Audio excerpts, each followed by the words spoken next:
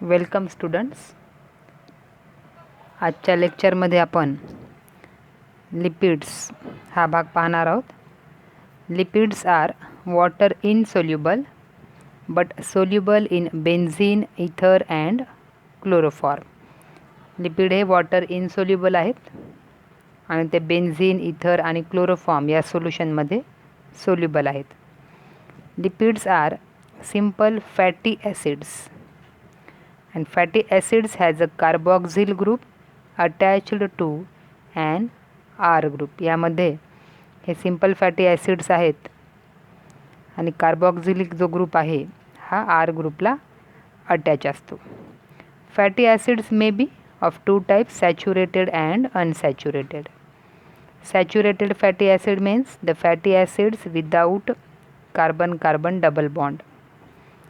And unsaturated fatty acids are the fatty acids with carbon-carbon double bond. ज्याच्यामध्ये double bond नाही ते saturated आणि ज्यात डबल बॉन्ड आहे ते unsaturated fatty acids. Lipids are trihydroxy propane. Lipids may be fats और oil based on melting point. Melting पॉईंटच्या आधारावर लिपिड्सचे फॅट्स आणि ऑइल या दोन ग्रुपमध्ये डिवाइड केले जातात. Oils have lower melting point, hence they are liquid in winter.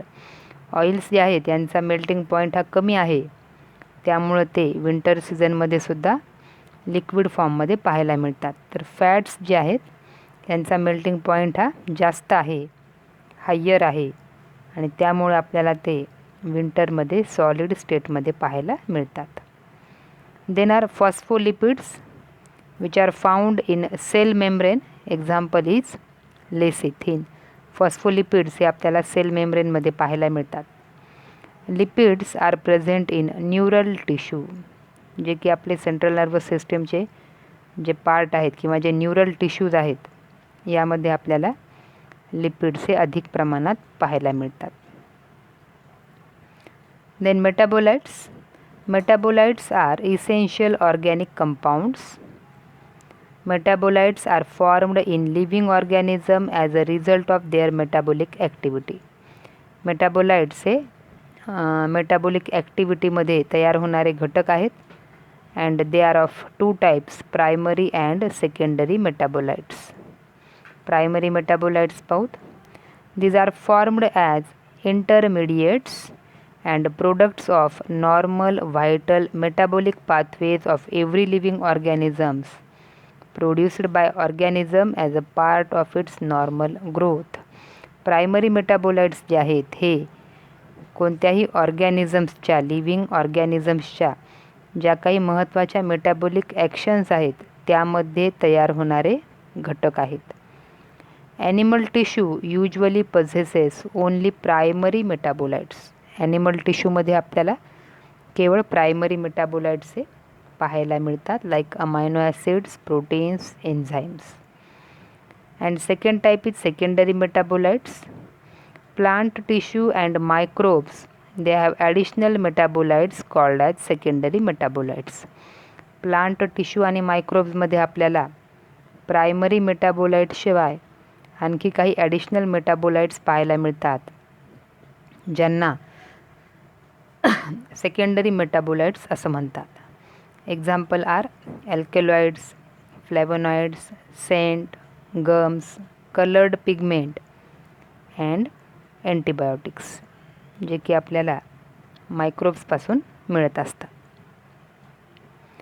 इथं काही एक्झाम्पल दिलेत सेकंडरी मेटाबोलाइट्सचे.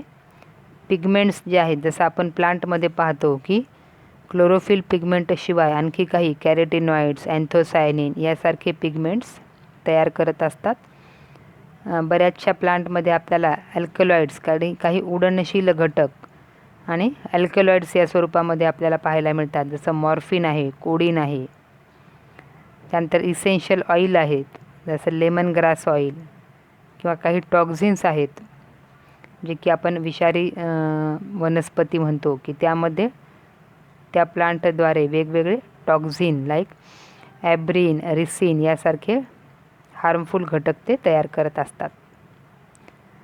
ड्रग्ज आहेत काही जे मेडिसिनल प्लांट आहेत त्यापासून आपल्याला ड्रग्ज हे मिळत असतात, लाईक विनब्लास्टिन किंवा कुर्क्युमिन यासारखे आपल्याला प्लांटमध्ये, किंवा अँटीबायोटिक्स असतील तर ते मायक्रोजमध्ये आपल्याला त्यांच्या ॲक्टिव्हिटीज करत असताना सेकंडरी स्वरूपामध्ये तयार झालेले घटक पाहायला मिळतात. Then macromolecules. Biomolecules the chemical compound that are found in living organisms are of two types. पहिला प्रकार आहे bio मायक्रोमॉलिक्युल्स which have molecular weight less than 1000 dalton, and second is biomacromolecules which have molecular weight more than 1000 dalton. हे दोन्ही प्रकार आपण पाहिले होते last लेक्चरमध्ये. तर आता बायोमॅक्रोमॉलिक्यूल आपल्याला पाहायचे. The molecules in the acid insoluble fraction. हे जे मॅक्रोमॉलिक्युल्स आहेत हे आपल्याला ॲसिड इनसोल्युबल पूलमध्ये पाहायला मिळतात. जे फिल्ट्रेट आहे त्याच्या जो फिल्टर पेपर आहे त्याच्यावर मिळणारे जे काही घटक आहेत त्यामध्ये आपल्याला हे बायोमॅक्रोमॉलिक्युल्स आढळतात. They are proteins, polysaccharides, nucleic acids and lipids. यामध्ये कोणकोणते घटक आहेत? प्रोटीन्स, पॉलिसॅकॅराइड्स, न्यूक्लिक ॲसिड्स आणि lipids. Out of these proteins, polysaccharides, nucleic acid, they have molecular weight more than 10,000 dalton. आता हे जे प्रोटीन्स, पॉलिसॅकॅराइड्स, न्यूक्लिक ॲसिड आहेत यांचं मॉलिक्युलर वेट हे जास्त आहे, परंतु लिपिड्स जे आहेत they have molecular weight less than 800 dalton, and then also it comes under acid insoluble fraction. लिपिड्सचं मॉलिक्युलर वेट हे 800 डॅल्टॉनपेक्षा कमीच आहे, तरीसुद्धा हे ॲक्च्युली ॲसिड सोल्युबल पूलमध्ये यायला पाहिजे, परंतु न येता ते ॲसिड इनसोल्युबल फ्रॅक्शनमध्ये आपल्याला आढळतात. This is because lipids are not present as such. Lipids हे जशाला तसे नसतात, but they are arranged into structures like cell membrane and other membrane. हे लिपिड्स कोणत्या स्वरूपामध्ये आपल्याला पाहायला मिळतात? सेल मेम्ब्रेन किंवा इतर जे काही मेम्ब्रेन आहेत त्यांच्यामध्ये हे लिपिड्स आढळतात. And when we grind a tissue we disturb the cell structure. आपण ॲनालिसिस करत असताना पाहिलं होतं की ह्या लिव्हिंग टिश्यूचा जो तुकडा आहे त्याला काय करायचं आहे? आपल्याला मॉर्टर आणि पेस्टलद्वारे ग्राइंड करायचं आहे, आणि हे ग्राइंड केल्यामुळं सेलचं जे स्ट्रक्चर आहे हे डिस्टर्ब होते. And cell structures are broken into pieces and they form vesicles which are not water soluble, and therefore these vesicles get separated along with acid insoluble pool. आणि मग होते काय? ह्याचं सेल स्ट्रक्चर डिस्टर्ब झाल्यामुळं किंवा सेलचं structure हे पीसेसमध्ये broken झाल्यामुळं ते व्हेसिकल या स्वरूपात कन्व्हर्ट होतं आहे, जे की वॉटरमध्ये सोल्युबल होत नाही, आणि त्यामुळं हे व्हेसिकल्स त्या फिल्टर पेपरवर आपल्याला ॲसिड इनसोल्युबल पूलमध्ये पाहायला मिळतात. म्हणजे मॉलिक्युलर वेट कमी आहे, परंतु त्याचं स्ट्रक्चर ब्रोकन झाल्यावर ते व्हेसिकलमध्ये कन्व्हर्ट होतं आहे, आणि त्यामुळे ते वॉटर सोल्युबल न राहता वॉटर इनसोल्युबल फ्रॅक्शनमध्ये आपल्याला पाहायला मिळतं. Lipids are not strictly macromolecules. Actually ते मॅक्रोमॉलिक्युल्स नाहीत, कारण त्यांचं मॉलिक्युलर वेट हे काय आहे? कमी आहे. Then average composition of cell. सेलमध्ये आपल्याला काय काय मिळते पाहू. टोटल पर्सेंटेज आहे सेल्युलर मासचा आणि कंपोनंट आहे. तर वॉटर 70 to 90% वॉटर आहे, 10 to 15% प्रोटीन्स आहेत, कार्बोहायड्रेट्स हे 3% आहेत, लिपिड्स 2% आहेत, nucleic acid 5 to 7% and ions are in 1%.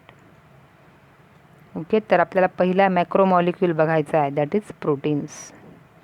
Proteins are polypeptides. Proteins are linear chain of amino acid that is linked by peptide bond. आता proteins जे आहेत हे number of amino ॲसिड्सपासून त्यांची एक चेन तयार केली जाते आणि त्या स्ट्रक्चरला आपण प्रोटीन्स म्हणतो. तर हे नंबर ऑफ अमायनो ॲसिड्स एकमेकांना पेप्टाईड बॉन्डद्वारे लिंक केल्या जातात आणि पेप्टाईड बॉन्ड वापरल्यामुळं प्रोटीन्सच्या स्ट्रक्चरला पॉलीपेप्टाइड्स असं म्हणतात. पॉली म्हणजे नंबर ऑफ आणि peptide are the peptide bonds, म्हणजे ज्या स्ट्रक्चरमध्ये नंबर ऑफ पेप्टाईड बॉन्ड्स वापरलेले आहेत त्या स्ट्रक्चरला म्हणतात प्रोटीन्स. आणि हे peptide bond number of amino acids जोडण्याकरता वापरले जातात. Each protein is a polymer of amino acid. प्रत्येक प्रोटीन हा काय आहे? It is a polymer of amino acid. Number of amino ॲसिड्सद्वारे तो जोडलेला आहे. मग प्रोटीन इज अ पॉलिमर, तर ह्याचे मोनोमर बेसिक युनिट कोणतं आहे? तर प्रोटीनचं बेसिक युनिट आहे amino acids. There are 21 types of amino acids. Total 21 amino acids पाहायला मिळतात. They are alanine, cysteine, proline, tryptophan असे आपल्याला 21 टाईपचे अमायनो ॲसिड्स हे आढळत असतात. Protein is a hetero polymer. Hetero that means different types of monomer, ज्याच्यामध्ये वेगवेगळ्या मोनोमरचा उपयोग केला जातो त्या स्ट्रक्चरला हेटरो पॉलिमर असं म्हणतात. आणि प्रोटीन्सचं स्ट्रक्चर बनवण्याताना सुद्धा असे वेगवेगळे मोनोमर वापरले जातात. त्याच्यामुळे प्रोटीन हे हेटरो पॉलिमर मॉलिक्यूल आहे. Functions of proteins: transport of nutrients across cell membrane. वेगवेगळ्या न्यूट्रियंट घटकांचं सेल मेम्ब्रेनच्या अक्रॉस बाहेर आणि मध्ये ट्रान्सपोर्ट करणे. त्याशिवाय fight against infectious organisms. Infectious ऑर्गॅनिझम्सच्या विरोधात फाईट करण्यासाठी ज्या अँटीबॉडी तयार कराव्या लागतात ते तयार करण्यामध्ये प्रोटीन्स हे भाग घेत असतात. Some are hormones. काही प्रोटीन्स हे हॉर्मोन्स आहेत, तर सम आर एन्झाईम्स. काही प्रोटीन्स हे एन्झाईम्स या स्वरूपात काम करत असतात. Here are some proteins and their functions. First one is the collagen protein. It is intercellular ground substance. दोन सेलच्या मध्ये जे काही मटेरियल आहे त्याला इंटरसेल्युलर सबस्टन्स असं म्हणतात आणि यामध्ये कोलेजन प्रोटीन हे महत्त्वाचे आहेत. त्यानंतर trypsin. It is example of enzyme. Insulin is a hormone. Antibody that fights against infectious agents. Receptor, sensory perception असेल त्यासाठी जे रिसेप्टार्स आपल्या बॉडीमध्ये असतात ते प्रोटीननी बनलेले असतात. याशिवाय GLUT4 that enables glucose transport into cell. जसं आपण पाहिलं की प्रोटीन्सचं काम आहे की ट्रान्सपोर्टमध्ये भाग घेतात, तसा हा ट्रान्सपोर्टमध्ये भाग घेणारा जो प्रोटीन आहे दॅट इज GLUT4. अशा प्रकारे प्रोटीन्स हे शरीरामध्ये आपल्या वेगवेगळे फंक्शन्स, महत्त्वाचे फंक्शन्स परफॉर्म करत असतात. Collagen is a most abundant protein in animals. Animal tissue जे आहेत यामध्ये कोलेजन जे काही नावाचं प्रोटीन आहे याचं प्रमाण हे सगळ्यात जास्त पाहायला मिळते. तर ribulose biphosphate carboxylase oxygenase that is rubisco is the most abundant protein in the whole biosphere. हे प्लांटमध्ये आढळणारं प्रोटीन आहे जे की सगळ्यात जास्त आपल्याला पाहायला मिळते. ॲनिमल सेलमध्ये कोलेजन प्रोटीन आहे, तर प्लांटमध्ये रुबिस्को हे आपल्याला ॲबंडंट क्वांटिटीमध्ये, जास्त क्वांटिटीमध्ये आढळणारं प्रोटीन पाहायला मिळते. So here are some questions. Solve them and thank you.